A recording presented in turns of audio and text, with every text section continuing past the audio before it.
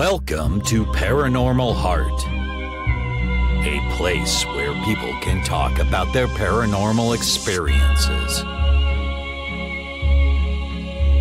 With your host, Kat Ward.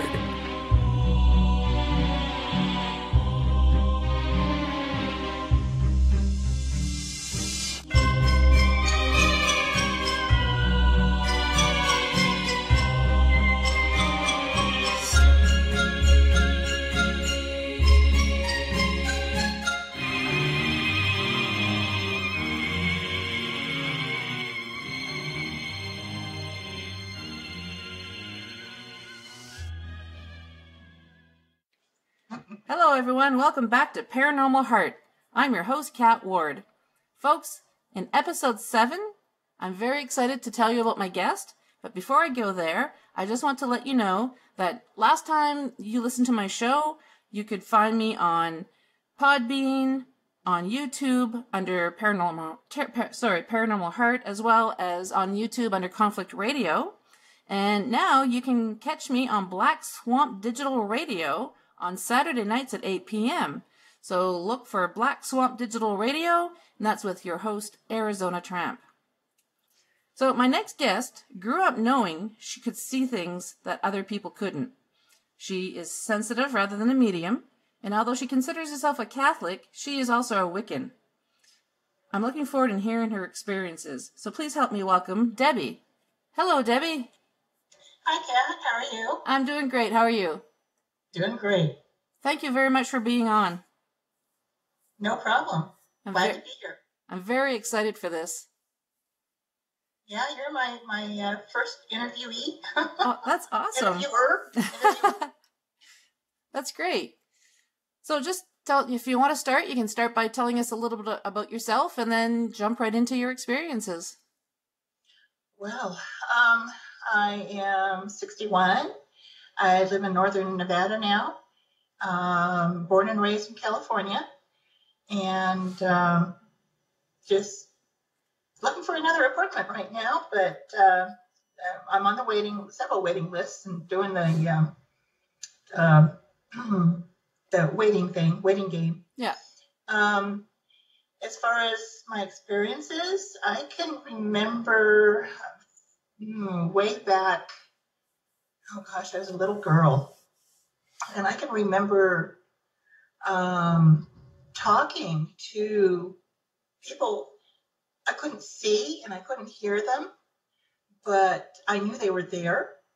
I also remember seeing President Kennedy's assassination, but being so young, I didn't realize what was going on. I didn't understand. Right. Well, being kids, we'd go to the local cemetery, and I could see apparitions, ghosts, just wandering the cemetery. It's there weren't hundreds or thousands of people, but there was a few, and when they understood that I was there, it's like they wanted to come up and talk to me, but they didn't. Over the years, one or two did, but not a lot. I went camping with my friends up in Oregon one time. I had a UFO experience. There were 5 of us in the group. We were all girls and just having a weekend up in Oregon. And we were in a state park when we heard some rustling in the trees, the bushes, and we went to go investigate. And we came up upon this clearing, and we saw a alien ship. One of the girls got so scared she went running back to the camp, and when we found her, she was hiding in her tent. But the rest of us just stayed around and watched, observed what was going on. The aliens that were around the ship were Jim asked me this one time, and I believe they were grays, but the lighting was so bad, and it was dark. It was late at night. Excuse me.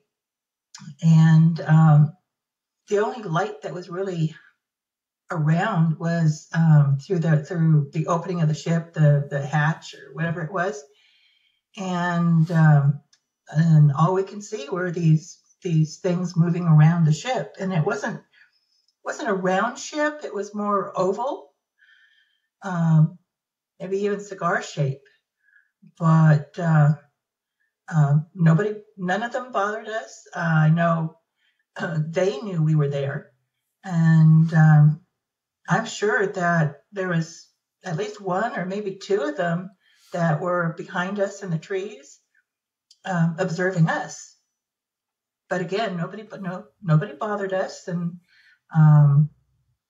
once everybody headed towards the ship and went aboard and closed the opening, I told my other three girls that looks like they were getting ready to take off. And so we started heading back towards camp. And when I looked back, the ship was gone. No sound, no whoosh, no nothing, just gone. Wow. After that, gosh, let's see. How old were you at the time? Oh, gosh, I was probably in 8th or 9th grade, maybe 9th grade. Mm-hmm. And we went up to Oregon with family. They dropped the 5 of us off at the state park, and my parents went up to see Dad's relatives up in Oregon. He has relatives at the mouth of the Columbia River around Astoria, Hammond, and they went up there for about a week, and then when they came back, they picked us up, along with some of the other parents that came back and picked up their girls. But did any of you tell your parents? No, we kept it pretty quiet. I used to go on a sleepover at a friend's house in the neighborhood I lived in. And one night there was a small ship, and it was just hovering over the area. And when my friend and I started walking back towards her trailer, her trailer, this craft started following us. And it eventually flew over us and disappeared. But that was interesting. That was in, probably 9th grade too, 8th or 9th grade, closer to 8th grade. So this would have happened after the camping? Uh-huh. Well, before the camping. Oh, before the camping. Okay. So when you went camping, that was your second sighting? Yes. Hmm. The one when I was going to my friend's house, it was very brief. That would be the first. The second one, camping, was much longer. It was very interesting just to sit back and watch them and realize we're not hurting them, they're not hurting us. Mm-hmm. I've always had connections with animals. Like I can go up to a dog or a cat or even a horse and actually have a conversation with them. And so it's like they understand what I'm saying. And there's going hiking. Used to do a lot of hiking when I was younger.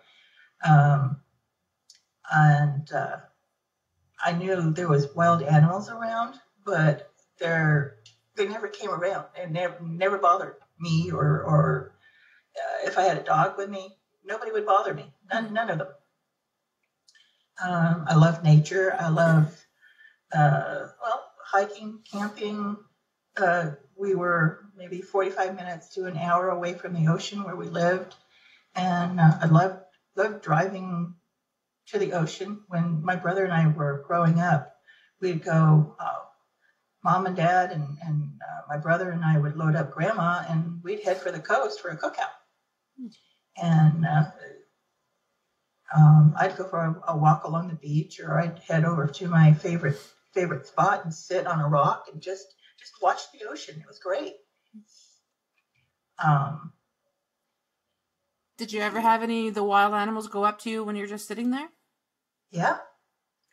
I've had foxes come up to me, and a couple of wolves have come up to me and just sat next to me, and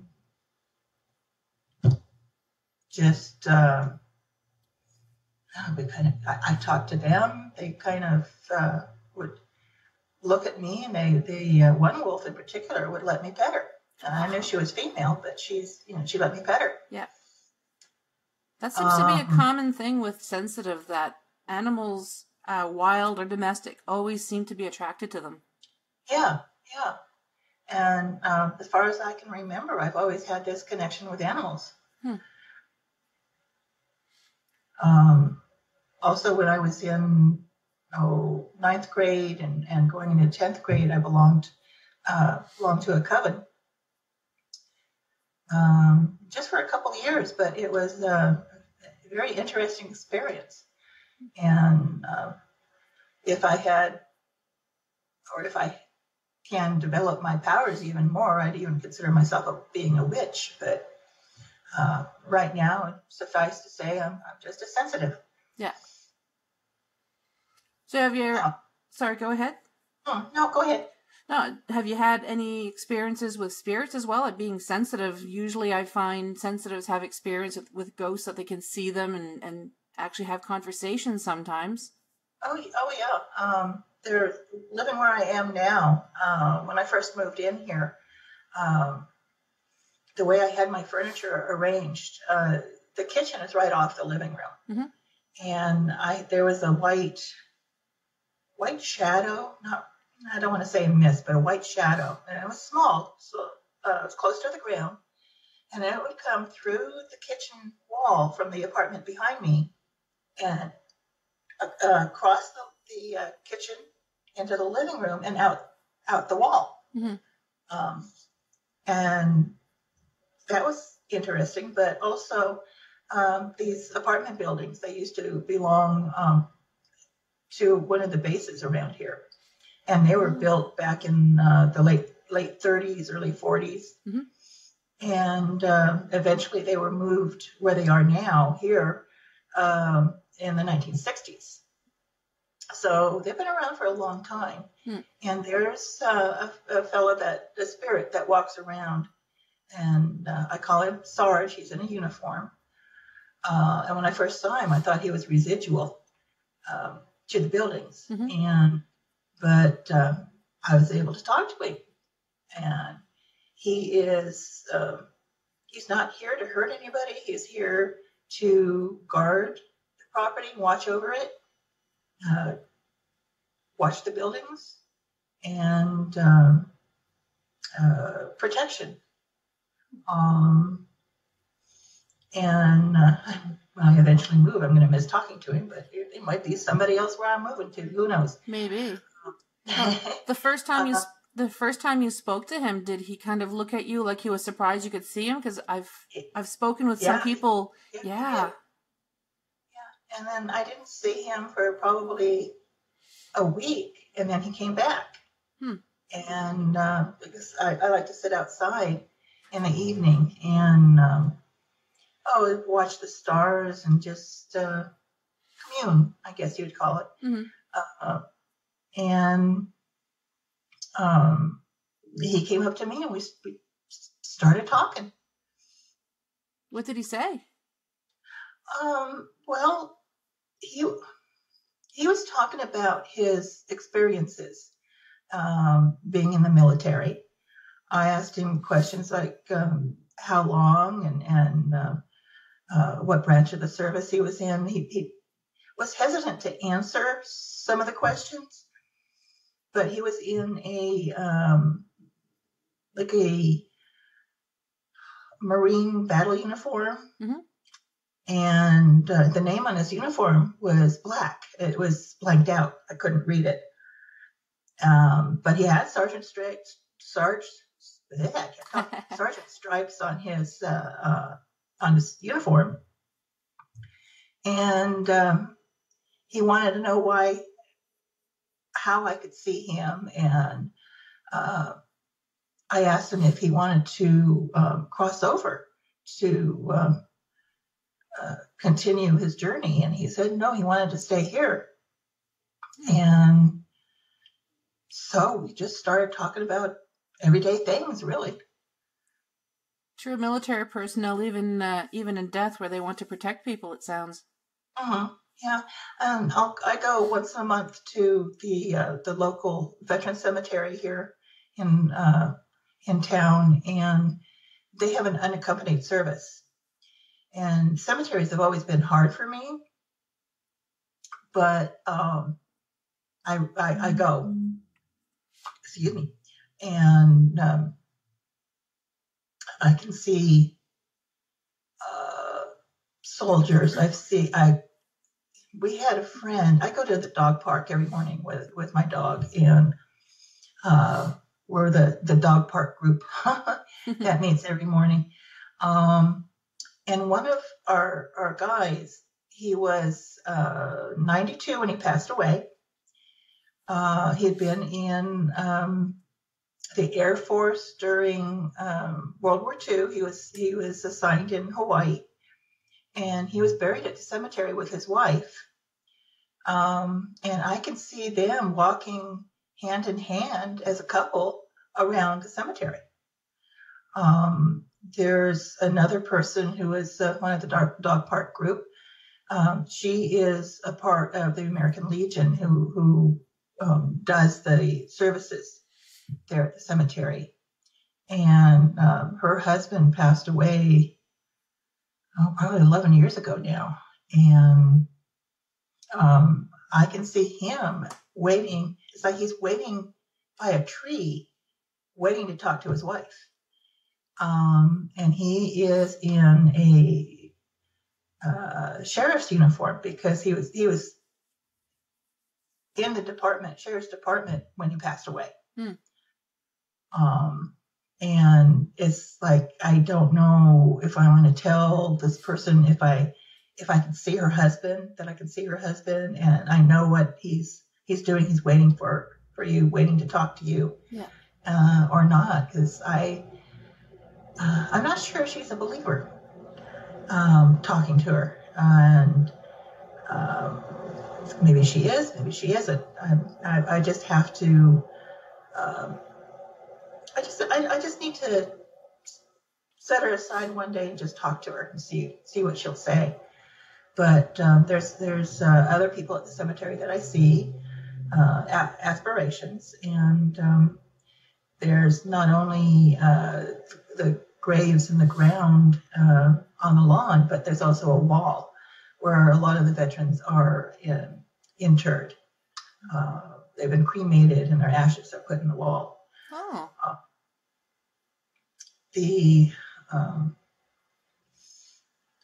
Some of them have come up to me, and I've talked to them about why they're still there. Do you want to cross over? I can help you. But they seemed reluctant, like they didn't want to. And I could see them. It's like the 92-year-old. He died. He had a long life and died very old. And yet I can see the young version, and usually in a uniform. And walking around with his wife, who's also much younger. Some of them are still older, but in uniform.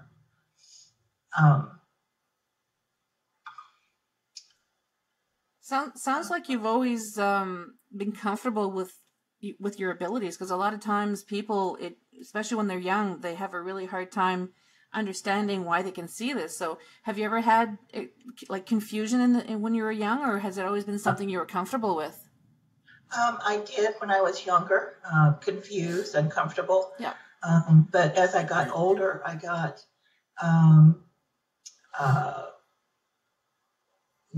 okay with it, comfortable, and it doesn't bother me. It doesn't bother me now. I just, if I see an apparition over in the distance, I just kind of smile and go on doing my business. Anyone else in your family have that ability, or haven't you ever said anything? Not that I know of, but I think, excuse me, I've got allergies, so my voice is wonky. I've always had a feeling that my dad's mother, Grandma Thomas, had certain feelings as well. Mm-hmm. But I'm not sure about anybody else in the family. And Grandma and I did talk about it at one time, and she seemed okay with it. Yeah, it seems to be, I find now people seem to be more open to having that discussion with their family members. So it's still kind of a little bit of a creep factor for a lot of people when they find out that either a family member or a friend has these abilities and they don't. They just don't understand it. Or, right. But see, people seem to be more open-minded now. So I've been tested in the past, and have you really? Yeah, it was in where was I? High school. Mm-hmm. Yeah, and I had there's a group of us that always met in I was the English building for lunch, and one of the girls invited me over to her house with another friend, and she was talking about her dad. Her dad had passed away, mm-hmm. and her dad was a pastor and was, according to her, always faithful. But her mom was seeing other people, and she brought me a piece of jewelry belonged to her mother, and handed it to me, and I started sensing things right away. And I was describing the person who gave her this, it was a bracelet, and who gave her this piece of jewelry. And apparently I described him right on.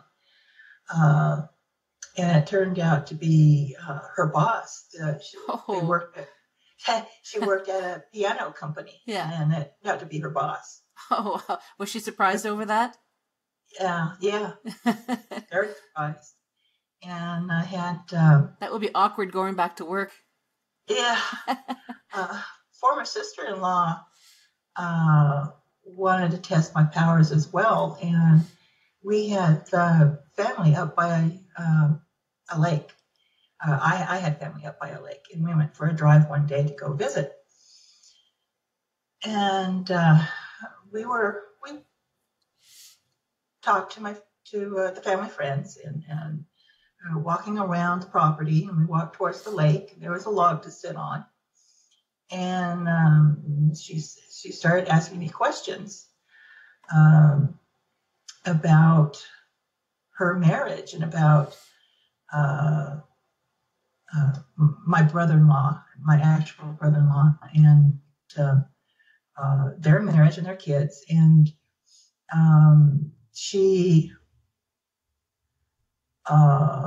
Rob was always, faithful to her, apparently, mm-hmm. anyway. And but she was anything in pants. She was one of those who would just, whoever looked at her and was the opposite sex and was good looking, she was there. And she was talking about this guy that was she had met up in Alaska when her husband was stationed there. He was in the Air Force. And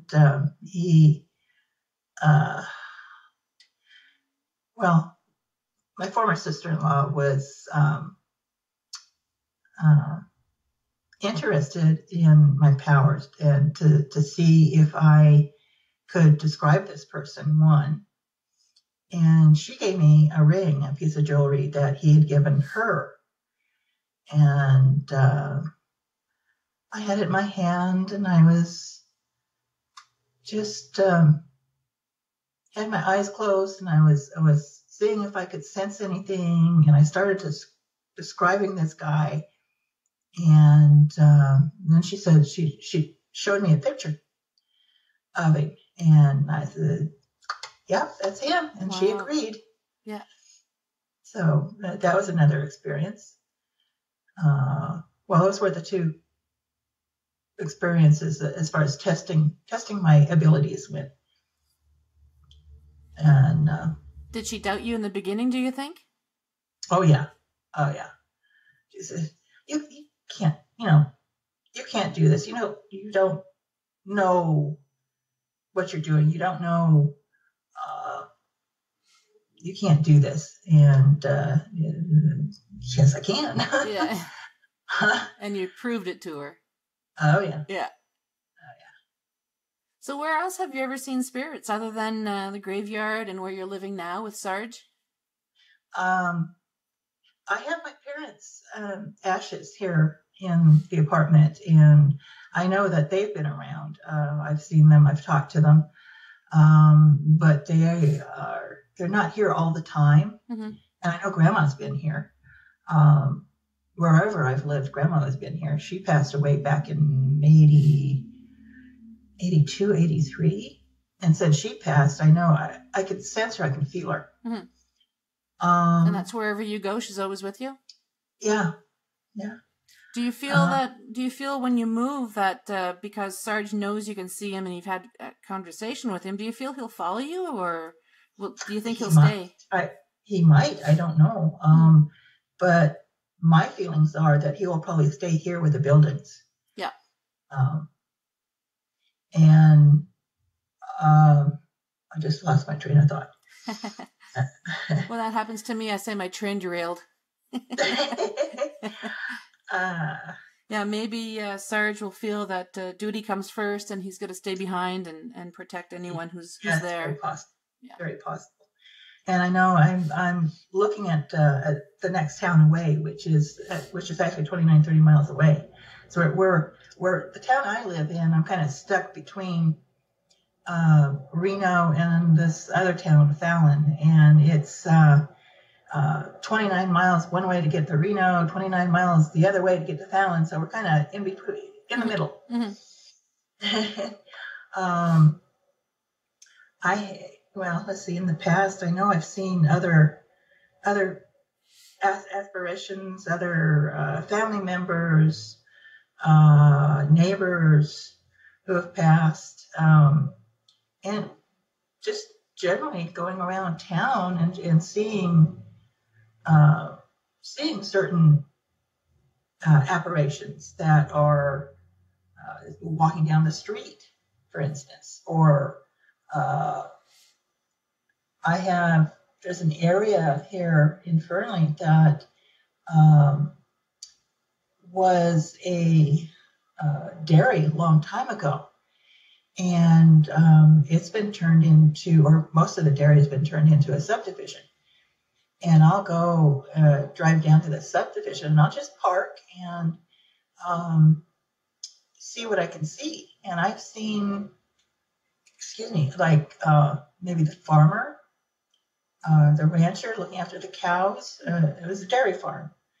And it's almost like I can see the cows in one of the pastures. Mm-hmm.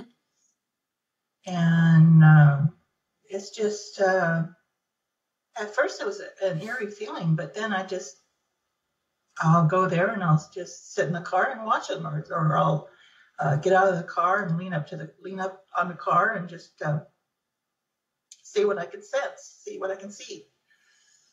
Has that farmer ever seen you, or do you feel it's just residual? I feel that it's residual. Yeah. He hasn't seen me, as far as I know. He's either ignoring me or he's residual. Mm-hmm. I had a friend living. In fact, she was the first one I lived with when I came to Fernley, and I lived with her for 2 years. And there was a man, an ex-neighbor, and he had 2 boys, and he moved in with her. and kind of took over the place and forced me out, pushed me out. That's why I'm in the apartments I'm in now. Mm-hmm. But he left, and she got together with another man who eventually married. They were eventually married, and maybe a year and a half later, she was killed. Oh. She was going to, they're going to the local Walmart here, coming back. It was around 9:00 at night, and it was getting pretty dark. And she had one of those 4-wheel electric wheelchairs, one of the fancy ones with a basket. And we got her a flag to put on it because she's a very reckless driver. I even had a sign for "Beware, woman driving," and put it on her wheelchair, in the back of her wheelchair. But if her husband didn't actually do the act and run her over, one of his buddies did. Oh. And I am dead sure of that. I just know it. Yeah. She was run over by a van, this white van with this red stripe. It was all described to me. After the accident, I couldn't get any information from anybody except that she was brain dead. She was taken to one of the local hospitals, and her husband didn't even see her. Didn't even go to see her in the hospital. He just. He was already with another girl, and I didn't have a car at that time, and I could feel her even that far away, because she was in a hospital in Reno. Right. And yet I could feel her, and she wanted to know why she was in the hospital and what happened, and she wanted me to help her. And I told her, I'm sorry, I can't help you, but when you do go, I can help you cross over if you want to. Right. And she was telling me no, she wanted to make her husband life a living hell. So I haven't been able to feel her around lately, but even after she passed away, I could feel her. And it was really hard, really difficult. And that was, it happened on Valentine's Day in 2013. Oh, that's rough. Yeah. And you don't feel like she's ever tried to contact you after she crossed? No, she hasn't. Yeah. Maybe she was just ready. Yeah, maybe. To keep on going. She was in bad health. She had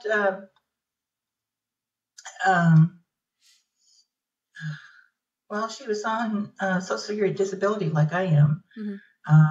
But she had 6 back surgeries, 4 or 5 neck surgeries. She was in a lot of pain. She was a drug addict. She was hooked on pain pills. And she was probably, you're right, she was probably just ready to go. But the way she went there, I mean, her and her wheelchair were dragged 50 feet by this van. Oh, that's horrible. So, it was a horrible, horrible death. Yeah. So have you had any experiences like spirit trying to contact you, like closing doors, things moving, or do you just pretty much see them and hear them and have conversations with them? I had, living back east in Pennsylvania. That's where my husband at the time was. I'm divorced now, divorced since 2011. But we were living in an old Victorian house, renting it, and there were all kinds of different noises and breezes, cool breezes.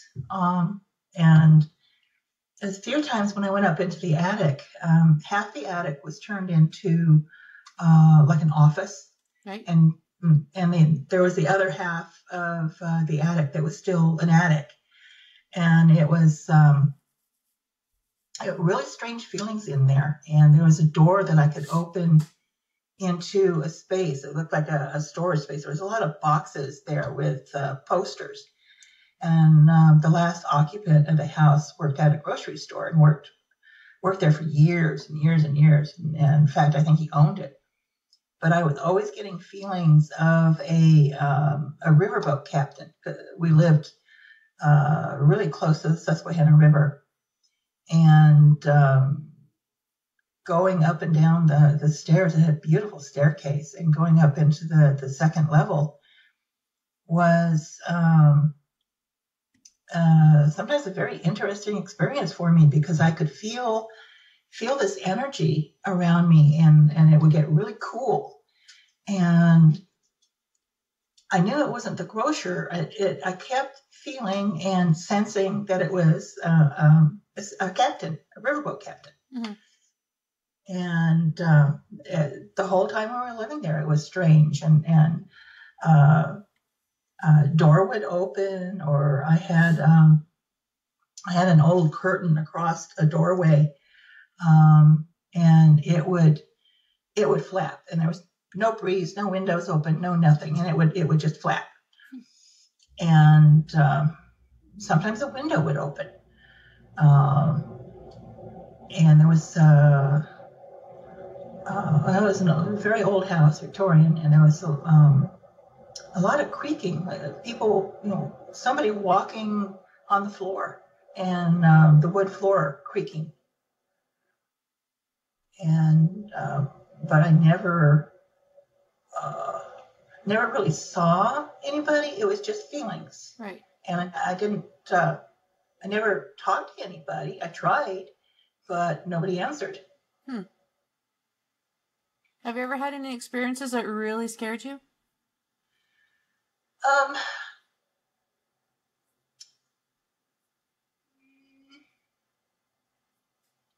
No, not really. Maybe when I was younger, the first time I went to a cemetery.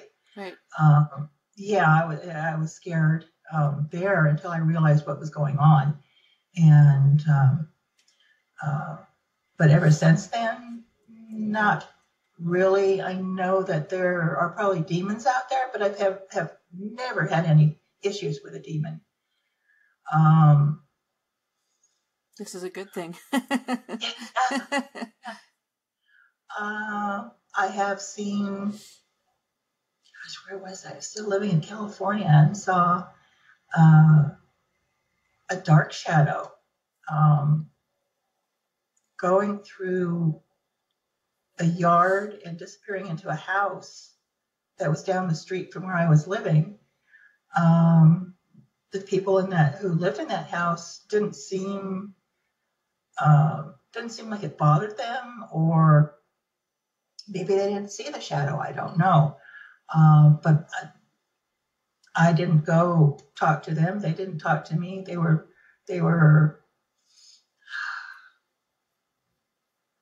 That would be an awkward. That would be an awkward. Left alone. They wanted to be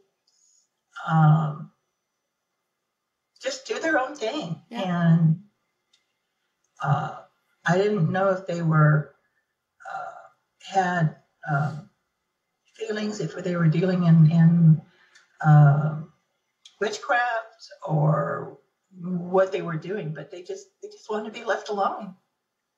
Perhaps they were having experiences in the house with that shadow, and they just didn't want anyone knowing, and they're trying to keep people away, or maybe they didn't even sense the shadow too.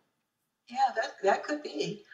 You just don't know. And that's been probably 35 years ago.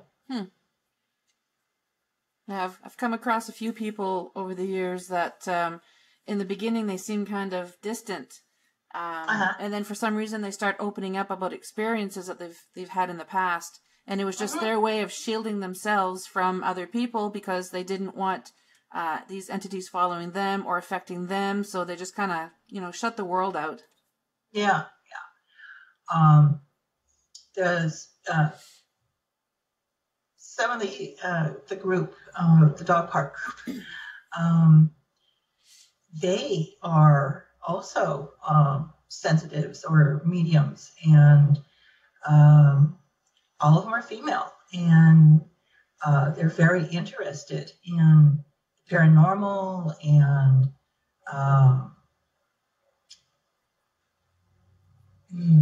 having things explained to them. There's some of one lady in particular is very confused, and getting her to understand what is happening. Right. My friend, I go take care of her dogs.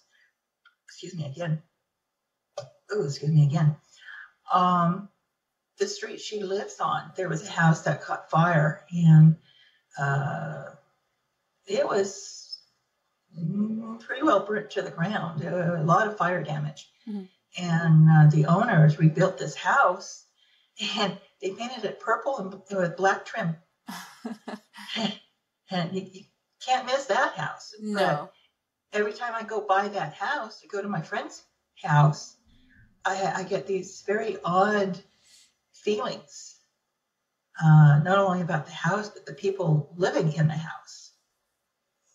Were they the same people that lived in the house that burnt and they just rebuilt, or were they new owners? Yeah, no, they're not new owners. They're original owners, and they had the house rebuilt.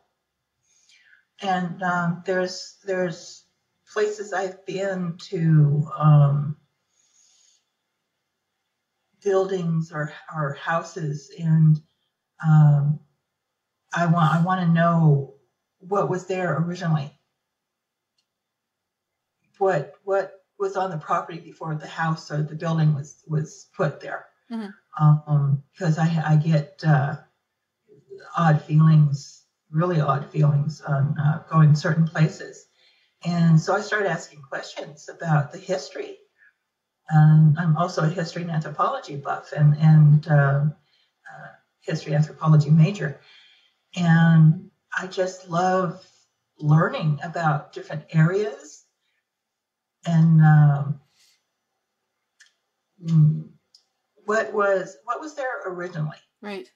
What I have when my mom passed away in 2015, and my brother brought over a trunk that had belonged to Grandma,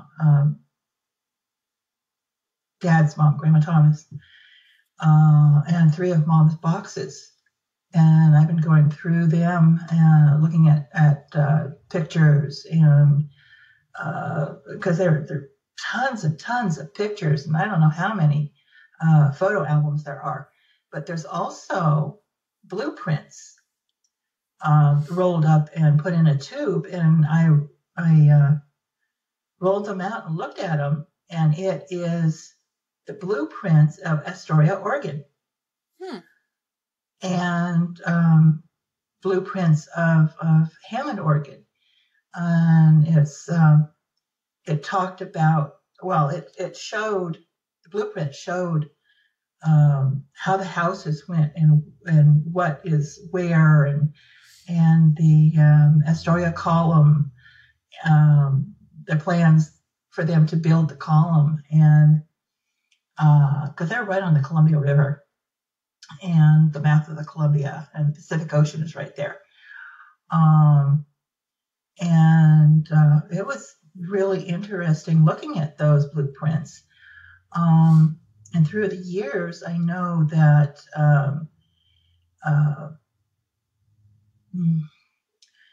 my great-grandma and grandpa, great maybe, they were Dad's grandma and grandpa. So great. I get confused by all these all the greats. Great. Yeah. They owned a lot of property in Hammond area and Warrington. And they were the general store owners of Hammond. And they had leased land to the U.S. government for Fort Stevens and another fort. And they were supposed to be paid, a little bit. I don't know how much it was agreed upon. I haven't been able to come across that information. Rent for this property. And I don't think the government ever paid it. But going to the coast and going through the old fort and being able to see soldiers going around the fort and going to the cannons that aren't there anymore. It's like they were going through the motions of loading the cannon and getting ready to fire.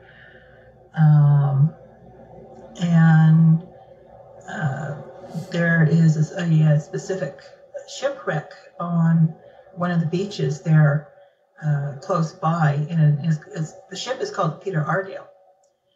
And my great uncle, Albion Anderson, wrote a poem about Peter Ardale, and it was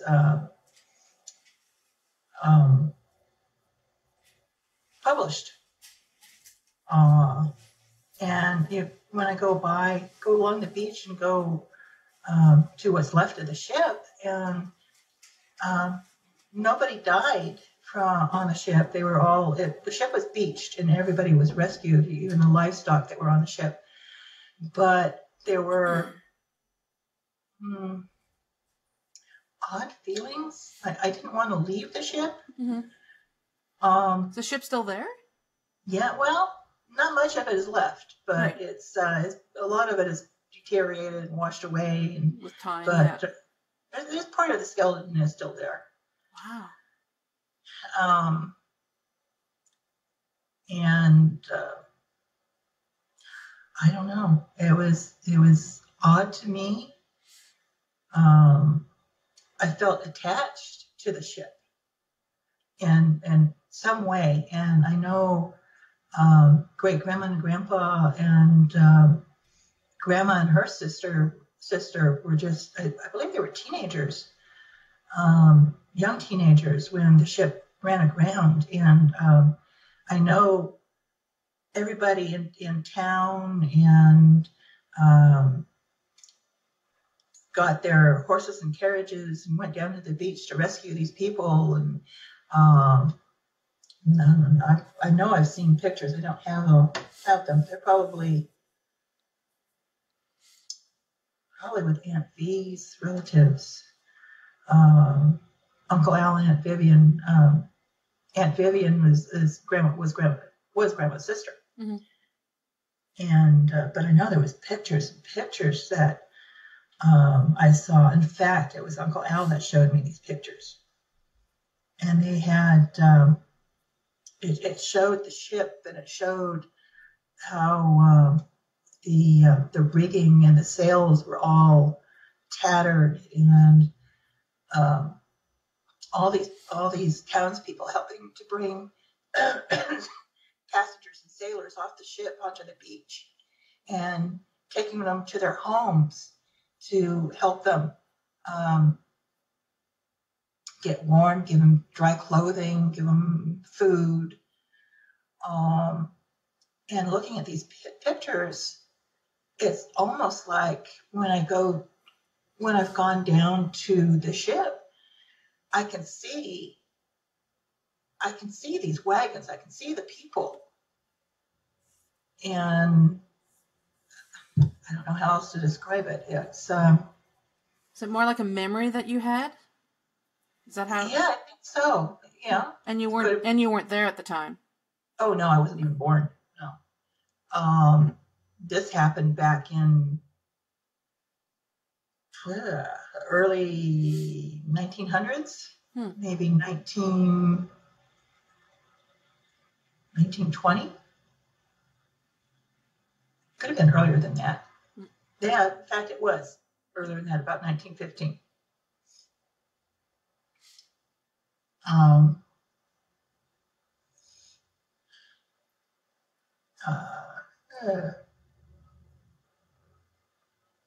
Have you ever done any paranormal investigating on your own?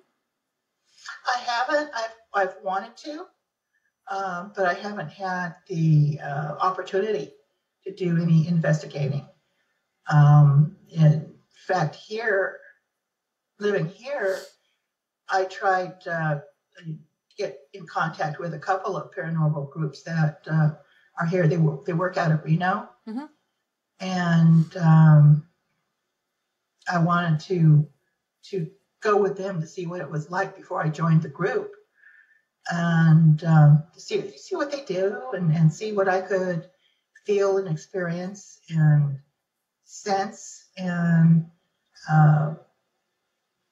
they contacted me. Both these groups contacted me 2 or 3 times, and then I never heard from them again. And I've called and I've left messages and nothing. But I find sometimes it's very difficult to join a group, especially if they don't know you. Yeah. They're pretty close knit, because everybody has to work well together, of course. But and they have their meetings, and the one group even invited me to their meeting, but it was at where was it? It was in Reno. I think it was in Carson City at a Round Table Pizza, and I wasn't able to go at that time, and wanted to know when their next meeting was, and they never did send me. They sent me emails, and sometimes they would call me, but no, I never did find out when their next meeting was. Do they ever have public investigations? Sometimes teams will have public investigations where you pay a certain amount of money and it helps update their equipment. So if you went and went on an investigation like that, a lot of times they get to know you. And yeah, I believe they do. Both groups do, but money being charged. I'm on fixed low income. I'm on Social Security disability, and it was really hard. It's still really hard for me to save up enough money to be able to go to one of these public investigations. Right. And I don't know if you ever watched Ghost Adventures with Zach Higgins. Yeah. Yep. A few times. There was a couple that lived in Reno, and they had a their own paranormal group, and they were EV detectors. They EMF. Did mm-hmm. And I wanted to go get in contact with them and go one of their public investigations in Virginia City, and I just couldn't afford it to go. But I sent them a few emails. They sent me some emails, and I had was getting their newsletter, and they were both killed in a domestic problem. Right. Yeah. Domestic. Yeah. You know what I'm talking about. Yeah. And so they're not around anymore, and so their group isn't around anymore. So, and I've just kind of I'm not really given up, but just kind of put everything on the back burner and just waiting my time, biding my time, waiting. And I found Jim Mallard's radio show, and I've been listening to him most Tuesdays, and talking to the people in the duck pond, and listening to he's had some very interesting guests. Oh, that he does. Yeah, that's Jim Mallard from the Mallard Report. And I would send him emails or send him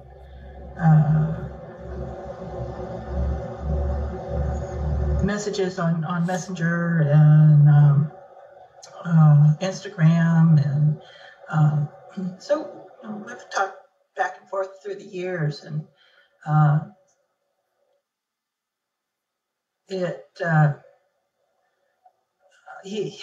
he's asked me to be on his show and interview. And it's like, I don't know about this. So. Well, now that you've done mine, maybe you'll do Jim's as well. Maybe I will. Well, Debbie, we're at the end. Oh, already. Thank you for having me. Well, thank you so very much. Is there anything else that you'd like to add before we end it? No, other than love, peace, happiness, and joy, and you have a great time, and good luck with your radio show, and I'll talk to you soon. That sounds great. Thank you so much. I really, really appreciate you being on here. No problem. Thank you. You take care. You too. Thanks.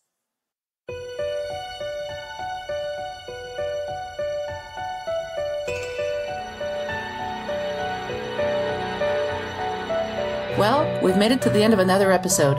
Thanks so much for listening. Until next time, take care of each other. And if you'd like to be on the show or have questions or comments, just drop me an email, paranormalheart13@gmail.com.